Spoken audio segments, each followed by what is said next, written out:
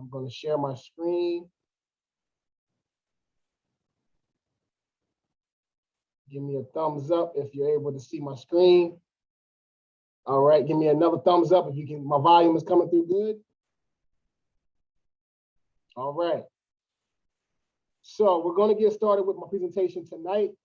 It is titled, "The Things I Wish I Told My Mama When I Was in School, Uncovered Thoughts of a Young Black Man." And I first want to start by saying, even reading that title, I self-reflect all of the time. And so even thinking back to reading that title, it's very impactful to me to even be in a space where I feel safe enough to even say the term that I'm a Black man in a public space.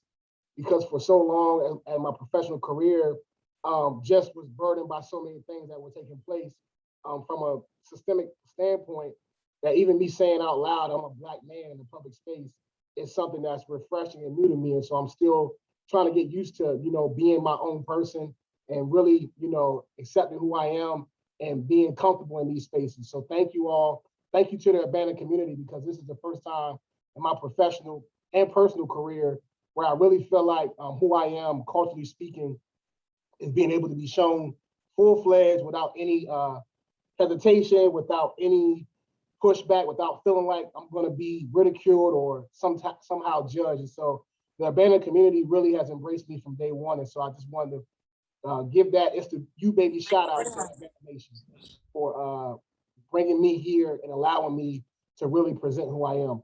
So those two pictures on the opening slide, the first picture on my left, which is a picture of a Urbana parent and a student. We took that picture during our open house.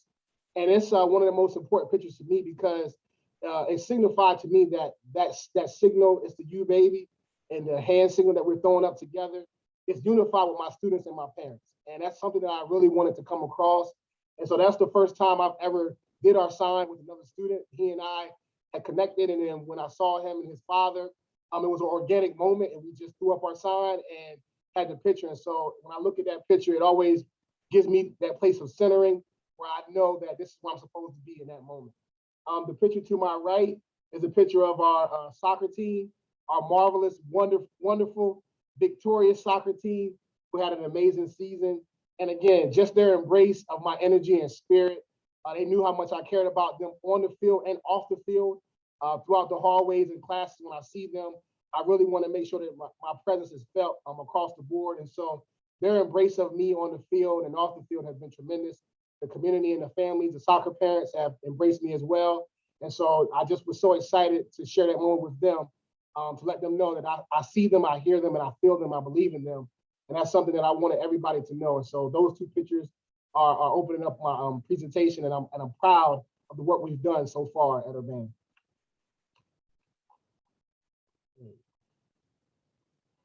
So I wanted to make sure everybody understood the slogan, "It's the You Baby."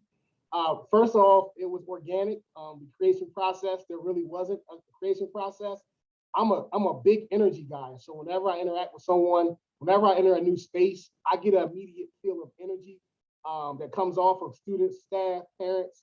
Sometimes it's good energy, sometimes it's not so good. But I always try to use my mindset and my energy to turn it around and be good. And so when I first walked through the halls of Urbana High School, just seeing the history and hearing how the parents speak about Urbana, seeing the students light up being back in school, I just was thinking about how I could connect with them immediately. So I just started saying "It's the You" at first. And I was just saying, "Hey, it's the You. We at the U. Where we at, y'all? We at the U." And so my father's from Florida. And so we always greet people by saying, "Hey, what's up, baby?" Like, what's up? Whether it's a guy, whether whoever it is, when we greet people, "What's up, baby?" So that Southern accent is what you hear. And so my secretary, who I call boss, love her to death, Miss Cedar Kim, she was writing out how I said the word "baby." And then when she wrote it out, "BAYBE," and I said "baby," that's how I said it. So that's how phonetically how she wrote it out. So it just stuck. So from there, I just kept saying it every day. And I remember my first meeting with the seniors during our transition week. The first time they're meeting me, I asked them on 3, "I want you to say my slogan, it's the You Baby." And of course, no one said anything. So I told them, "Give me a month." I said, "Give me a month, and I promise you, I'm gonna have you saying my slogan is to you, baby. And so at the pep rally, we had all the students in the stands, and I sat on 3, and the stands lit up. The energy that I felt from them saying this to you, baby, was transcending for me, for the staff to see everybody rally behind this slogan and now understanding what it means. And so I wanted to break it down for you because it means what I stand for: social emotional behavior, academic excellence, and aspiring to achieve greatness.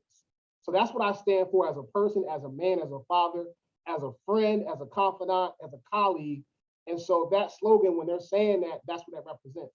And there are times when I have to check students. I say, hold up, if you're not acting the Urbana way, you can't throw out my slogan. And to my credit, they really like look at themselves and they're like, wait a minute, you know what, Mr. Nance, Principal Nance is right. Like I can't, like I'm not representing what It's the You Baby stands for. And so just continuing to reinforce that positive connection with that slogan, with those group of words and what it means to students is impressive for me to see every day. And I'm going to continue to encourage and empower that slogan all the way through every year that I'm here, for sure. So that's kind of the backstory of It's the You Baby.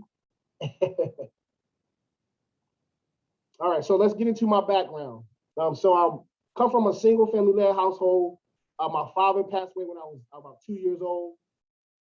Come from poverty and a negative environment. That's what I was surrounded with every day. And trying to navigate that space by myself a lot of times. My mother worked tremendous hours every day to take care of my sister and I. And so I'm really navigating these treacherous waters every day, trying to make sure I'm keeping myself safe, surrounded by positive people within the community, even though it was a negative situation each and every day. And so that's my DNA. That's a part of who I am. There are times when I wasn't proud of where I come from and my background and who I am. But as I'm able to step into who I am in Urbana, I'm really reconciling with the fact that that's my foundation. It was a state that I was in, but now I've transformed into something else. And so that foundation really has really given me the abundance amount of energy that I have and power that I have now to inspire our youth and inspire our families. There's a saying that I'll typically say, I come from the mud, and that typically just represents, my foundation. But as I started saying that, I started thinking philosophically, what is mud? It's dirt and it's water. But when it hardens up, it's foundation. And so that's what I preach to the students now. I don't care where you come from. You have a foundation, and now you're here. You're in my school. You're in my arena. You're in my space, and I want to be able to make sure that you're being successful. So when you hear me saying I come from the mud, it just means that my foundation is set now. Where I've come from and how far I've came is a part of my DNA, but I've transcended and grew myself to become who I am today. And so I'm proud of where I've come from now, but I couldn't always say that to you because, again, just stepping into myself, I'm really feeling so much more comfortable about being who I am as a Black man. So this is a picture of me and one of my best friends from high school. I know that hand signal, I know what it means in 2021, but this is 2007, 2008. So it just meant that we were just being cool. We thought we were the coolest guys in the world. If you look at our face, you can tell that we thought we were the coolest cats in town. And so that's a part of my culture, just having that bravado, that swagger. That's a part of my culture and my heritage. And just I want everybody to see the different sides of Fresh Principal Nance, because I wasn't always this polished. I wasn't always this groomed. And I want to make sure my students know that, you can start at 0 and get to 100 if you work hard each and every day. And so letting them see a glimpse of who I am behind the scenes and my staff as well, to make sure that they know that I'm just not here giving you words. I'm really trying to put that action and model the way for you to become successful. And I've often been judged by the color of my skin and my heritage. As a child in school, I remember in 8th grade, I never forget, I'm 36 now, and in 8th grade, I remember my sister taught me how to use footnotes. So I was writing an essay, and she was in college, and so I was writing an essay, and I used footnotes. And my teacher at the time in 8th grade, he gave me an F. And so when my mother had a meeting with him at the school, one of the things he said, I never forget, was he's not supposed to be able to do that. And, thinking back to that time, and reflecting on that moment, he was just misinformed. Of course, I was angry at the time, and even probably up until about the age 33, 3 years ago, I was probably angry, upset, frustrated, mad with the world on how I'm being treated. But he was just misinformed. Now, that's my mindset.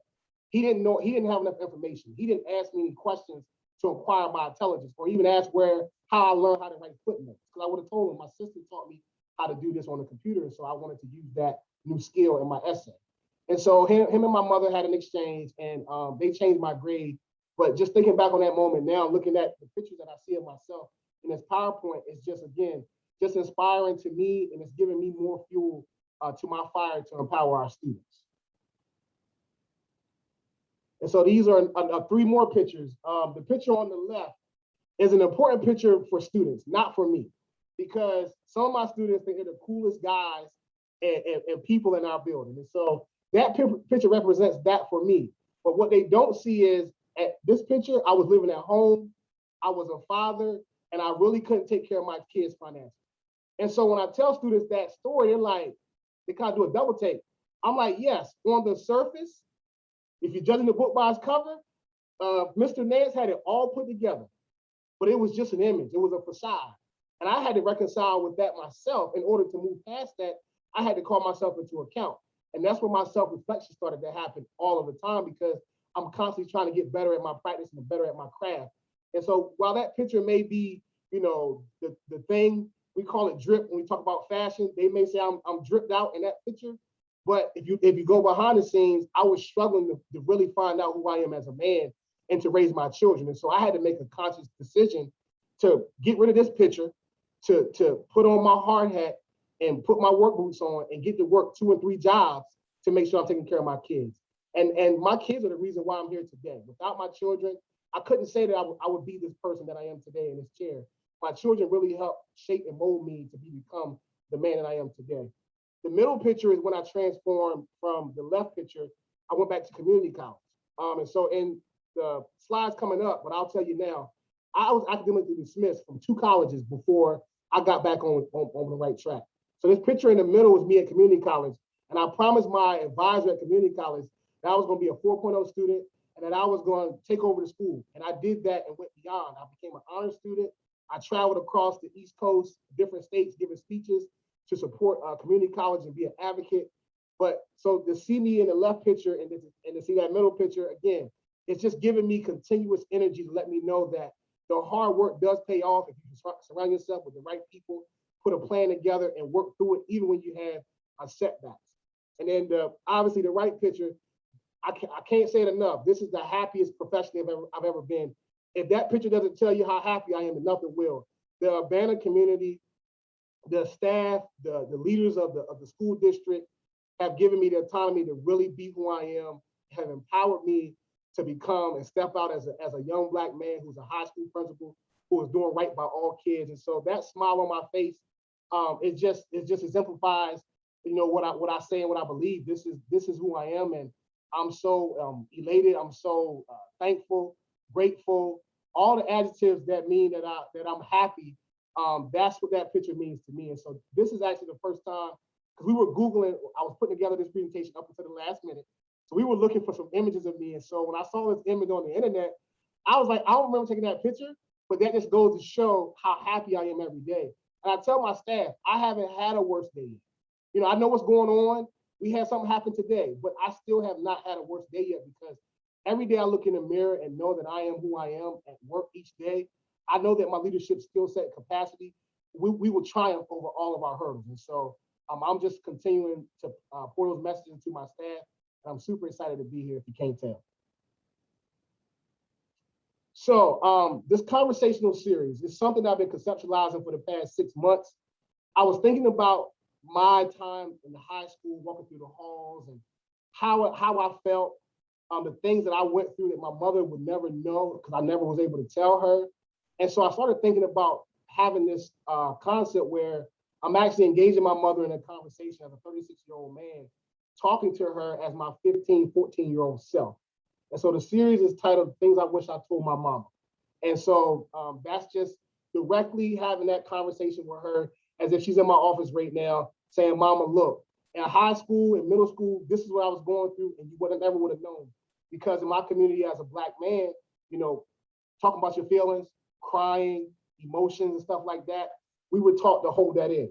And while I speak about my experience as a Black man, I believe that my experience transcends across all cultures, across all races, because those pressures and that trauma and the pain we all hold within, we have to be in a safe space to be able to tell somebody, whether you have a $50 million or $5, pain and trauma doesn't have a race, doesn't have a color, doesn't have a dollar amount. We all experience that in some form of fashion. So to be able to put this out in a conversation with my mother, I felt like it would be the best way for everyone to be able to gravitate to something within the series.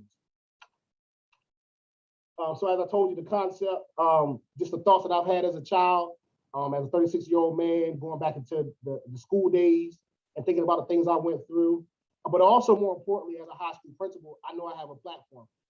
So I want to make sure that I'm using my platform to spread as much information and knowledge as I can about the pressures that all children face within our public schools. And then, like I told you before, although my experience resonates with Black, it's not a color for me. It's not a race. It's not a dollar amount.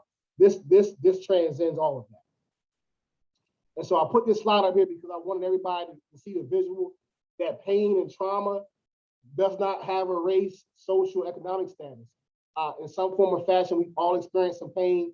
We've all experienced some trauma. And it's my hope and my job as the high school principal is to get students in a safe enough space to be able to accept their emotions, to be self-aware of their emotions, and then how to cope with it, how to move forward, how to recognize your triggers, how to move past that, how to communicate effectively as a young adult after you graduate high school. So before we get into the series, I wanted to put one more thing out there for you. This is another concept that I always talk about with my staff. Every individual in my mind has a toolbox. And the skills you learn, all of the love you get from your family, all of the home cooked meals, all of the family vacations that you take, those are what your tools in your toolbox. So every time you've had a positive experience with your family, every time you've done something great in school, got an A on your test, it fills your toolbox up. So that way, when you become a high school student, if your toolbox has all the right components in it, you're probably gonna be set up for success. Now, the reason why I have the visual of the hammer and nail, because early on, because I faced so much poverty and trauma as a child, my toolbox just had a hammer and a nail. And I believe a lot of our students' toolboxes are only filled with a hammer and a nail. And that's the reason why they're not able to process their emotions. That's the reason why there's a lot of root causes of the trauma and the pain that they feel, because we haven't given them enough tools in their toolbox. And I'm not blaming any one person. It takes a community, it takes a village to raise all of us. And so as a community, we need to make sure that we're empowering students by putting more tools in their toolbox, but also having realistic expectations about those students who don't have the tools in their toolbox, and recognizing, okay, what can I give that student to help them get through this moment and that moment? And so the more tools we're giving students, whether it's SEL lessons and strategy, whether it's just a bottle of water, it's sometimes it's the littlest things that I do on my day that students email me about and say, Mr. Nance, thank you. And I may not even remember what I've done or what I said or how I spoke to them or what I did to uplift them, but it's the little things that I put in their toolbox that seem to mean the most to them, and that's what means the most to me. And so thinking about that concept and how we can continue to make sure our students have tools in their toolbox. And some students may not even have a toolbox. So we first have to get them a toolbox so they can start collecting their tools to be successful. And so I wanted to put that image out there for you as well. And then this is Maslow's hierarchy of needs. This is something I reference all of the time because I feel like if a student does not have all of the things starting with that base level, food, water, warmth, and rest, then us expecting them to come in school and be a A+ student, an AP student, going to college is unrealistic. And so we have to make sure that we're always checking ourselves and asking ourselves, what are we giving our students? What are we feeding them? What are we giving them? What tools are we giving them in their toolbox to help them along the way, especially with all of the things that they face outside of school. All right. So now we're gonna get into the performance piece. So I'm gonna transform myself for a second and we're gonna get right into it. Mama, I need to talk to you. I want to ask you this question, but I'm afraid because I know it's religious and I know we go to church and we pray all the time, but I gotta ask you why God took my dad away. I'm young. I don't have no one to follow, and I get it. God needs good people, but I'm just asking why my dad. I see my friends' dads at the high school picking them up after school, going to their games. Mama, I'm a star point guard, and I know you work all the time. I have no one there for me. I don't want to play basketball no more, Mama. Mama, I don't want to play basketball anymore. I'm hurting. I have no one in the stands for me, Mama. No one's in the stands for me. I look over there after I score a point, score a bucket, and I see fans clapping for me and cheering for me, but I'm hurting inside because no one's there for me, Mama. Mama, listen, Mama, I need you to hear me. I know, Mama, but I need you to hear me. No one's in the stands for me, Mama. Where's my dad? Why my dad? I just want to know. Yeah, Mama, I'm praying. I'm praying, Mama, just as much as I can, but I'm tired, Mama, I'm tired of praying. I'm tired of the pastor preaching to me because I want my dad back. I'm hurting, Mama. I look in the stands, my best friend Tony, his mom and dad are at every game. Mama, why you not there? But Mama, I know you work, but can you come to work? Mama, I know you work 16 hours, 4 days a week. I know you work.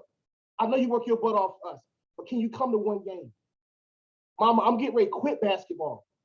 Mama, I'm getting ready to quit. I don't want to play no more. It's not fun for me. After the game, when I have a big game and the crowd rushes the floor, I'm blending in with the crowd, Mama. I have no one there for me, so I'm latching on to this family and that family and to my coach. But where's my people, Mama? I don't want to play no more. I don't. I want to just give up. Mama, I don't want to go to school no more. I'm tired. I'm tired of feeling like nobody wants me, Mama. And I know it's not your fault. Mama, Mama, I promise I'm not blaming you. I love you, Mama. This is how I feel. Yes, this is how I truly feel. On the inside. I don't want to tell, Mama, I did not want to tell you because I knew it would hurt you. I knew it would hurt you, Mama. Mama, I knew that my pain and my trauma would hurt you. That's why I held it in for so, Mama. That's why I did not want to tell you what I was going through in high school, Mama. It was so hard for me every day. I'm an A and B student, Mama, but I don't care about my grades no more. I want my dad, Mama. I'm praying. And I know my dad's looking down on me, but I want him here in the physical. I want him to come. I want him to take pictures of me at prom, Mama. At prom, Mama, I had no one taking pictures of me at prom, Mama. No one taking pictures of me at prom. No one. Everybody got limousines. Everybody got their family taking pictures all up and down the block. Mama, I had no one. Mama, I know, Mama. Stop crying, Mama. Stop crying. I'm just telling you how I felt, Mama. I know it hurts you. This is why I never told you when I was in school, Mama, of how I was really feeling. But I wanted somebody to be there for me. At prom, Mama. At homecoming, Mama. Where my pictures at, Mama? Where my pictures? I don't have, Mama. We couldn't afford them, Mama. I know, Mama. I'm not blaming you, Mama. I'm just telling you how I feel, Mama. I'm not blaming you for nothing. You did everything you could for me as a child, Mama, but you was one parent. Why God had to take my dad, Mama? Why?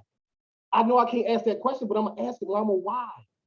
Who can I talk to, Mama? You know how Black pastors are, Mama. We can't ask no questions to them, Mama. I can't ask them about my dad because they're not gonna want to hear that, Mama. I know that. So who do I turn to?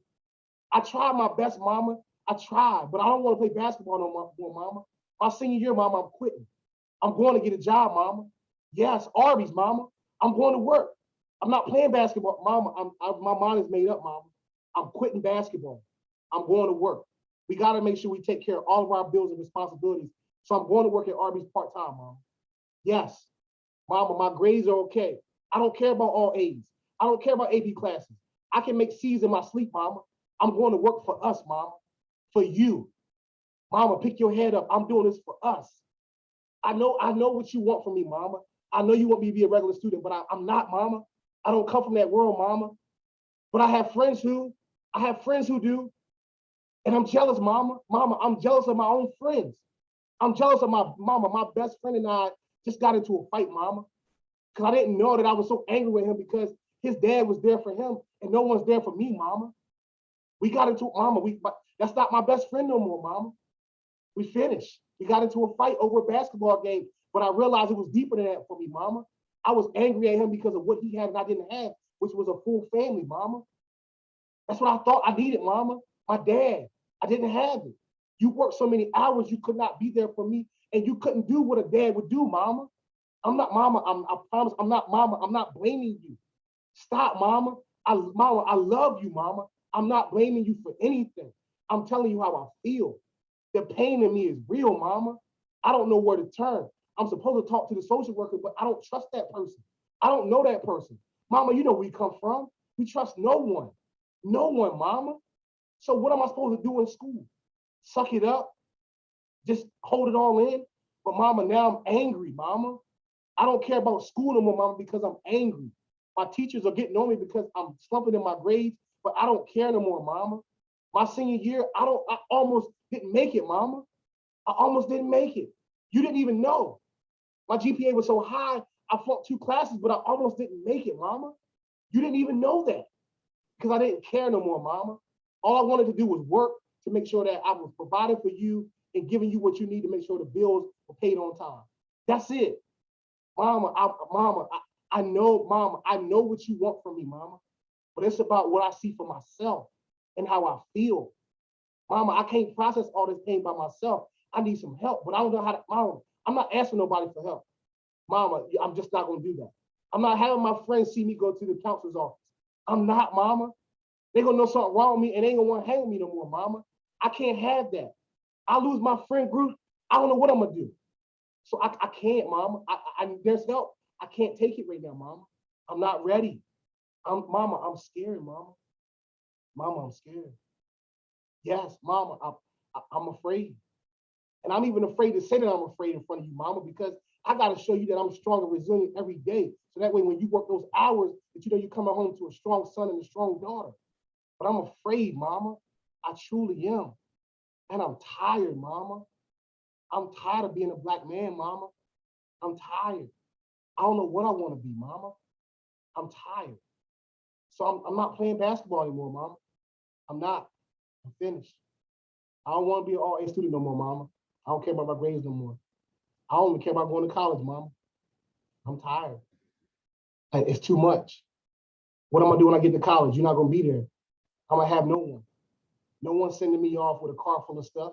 I see my friends posting pictures and on MySpace with all of their stuff from school that they're getting. Mama, what am I going to school with? I got to go to work, mama. I got to go to work to make sure that when I go to school, if I go, I have some stuff to take with me. Mama, it's not your fault, mama. I want you to know that it's not your fault. Mama, I want you to know that it's not your fault. I love you, mama, from the bottom of my heart. But I needed you to hear the things that I wanted to say to you when I was in high school, because it's important that I reflect and help you understand, what I was dealing with by myself. And so, mama, I thank you for the time. And, we'll continue this conversation next time. Thank you. I'm going to start the recording now.